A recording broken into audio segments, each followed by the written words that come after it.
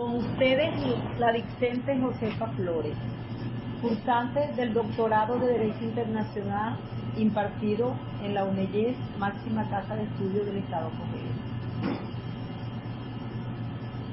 Iniciando el segmento, le vamos a hablar de la regulación internacional del mercado petrolero. En este sentido, iniciaremos con la OPEC como una organización de países exportadores de petróleo, para lo cual se creó en este sentido para coordinar y unificar las políticas petroleras de sus miembros, es decir, los países que lo conforman, y además para salvaguardar sus intereses, garantizando la estabilidad de los precios en los mercados petroleros internacionales a fin de eliminar las fluctuaciones nocivas para sus ingresos. ¿Qué importancia tiene Venezuela en el mercado internacional? Venezuela es uno de los mayores suplidores de petróleo de crudo de los Estados Unidos. De hecho, más de la mitad de las exportaciones de crudo de Venezuela está dirigida hacia ese país. Por otra parte, PDVSA es la dueña de una de las más grandes cadenas de refinería y distribuidores en los Estados Unidos a través de la empresa Citgo. Y para profundizar con la temática, y aquí con las participantes expertas en la materia, vamos a darle la palabra a la ingeniero María Carpio, quien iniciaremos la ronda de la siguiente manera. ¿Qué considera usted? ¿Cuáles son los atributos a su juicio que le han generado éxito a la OPEC en el mercado internacional? Gracias por la invitación, doctora Josefa. En efecto, los triunfos de la OPEC estuvo constituido por los acuerdos de Trípoli y Teherán para el año 1971. Sin embargo, en su correcta perspectiva histórica, hay que destacar que este fue el triunfo de la OPEC como negociadora. Pero el éxito que le dio la más alta visibilidad mundial a la OPEC estuvo marcado por el rompimiento de la práctica de las negociaciones para conseguir sus objetivos.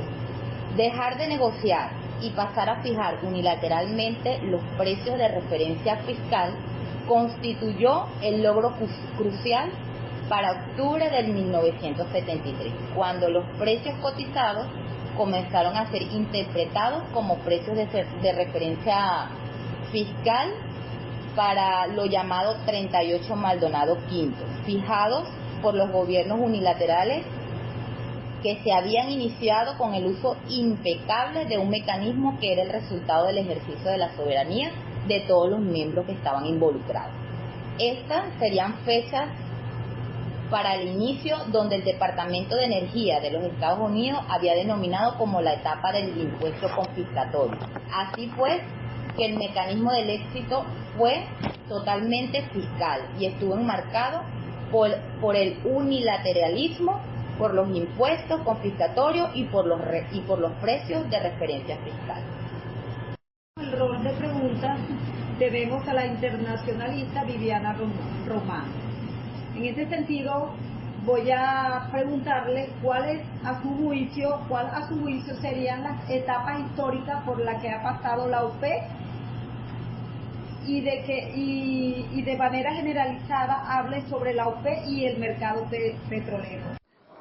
Un verdadero placer, doctora Flores, estar acá compartiendo el tema de la regulación del mercado petrolero.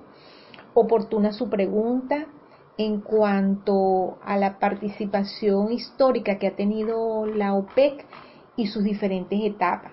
Por supuesto, también la importante participación del ingeniero acá presente. Efectivamente, doctora Flores, la Organización de Países Exportadores de Petróleo, OPEC, como usted lo mencionó, coordina las políticas petroleras de sus países miembros. Entre ellos, vale destacar Venezuela. Y, por supuesto, con ese propósito de asegurar la estabilización de los mercados petroleros. Con su sede muy importante en Viena, donde tal como se hizo mención, se reúnen en 2 sesiones ordinarias al año para fijar sus políticas en materia petrolera. Pero, acorde con la pregunta, históricamente la OPEP ha pasado por diferentes etapas. Entre ellas pudiera destacar, por ejemplo, entre 1960 y 1969, su creación y consolidación. En los años 70, nacionalizaciones y maximización de la renta petrolera. En los años 80, la turbulencia de los mercados petroleros con la gran participación de muchos mercados. Y por supuesto, el sistema económico y político y social que influyó en la operatividad del mercado petrolero. Un aspecto no menos importante, o quizás se pudiera denominar etapa, fue en la década de los 90 con la regulación de la producción, la cual se fortaleció en función de la regulación de sus objetivos, tanto de los precios como de producción. Vale también destacar que en ese sentido el mercado petrolero concibió consigo una serie de elementos significativos y con relevantes influencias, como son los centros de consumo, las reservas petroleras, la industria petrolera, como un monopolio natural, la demanda del petróleo derivada de todos los productos refinados y sus variados usos. Y uno no menos importante, ese mercado extremo, con una sensible tendencia y con alto nivel de incertidumbre que ha caracterizado este mercado petrolero, pero que sin duda alguna en estos últimos años, quizás en el siglo XXI, en Venezuela esta materia se ha fortalecido, y más aún con los últimos convenios y tratados sobre la materia. Muchísimas gracias. Y para terminar con el ciclo de preguntas, vamos con la última entrevistada, la experta en estudios petroleros, para discernir sobre la pregunta. ¿Cuál es la producción actual de Venezuela en estos momentos?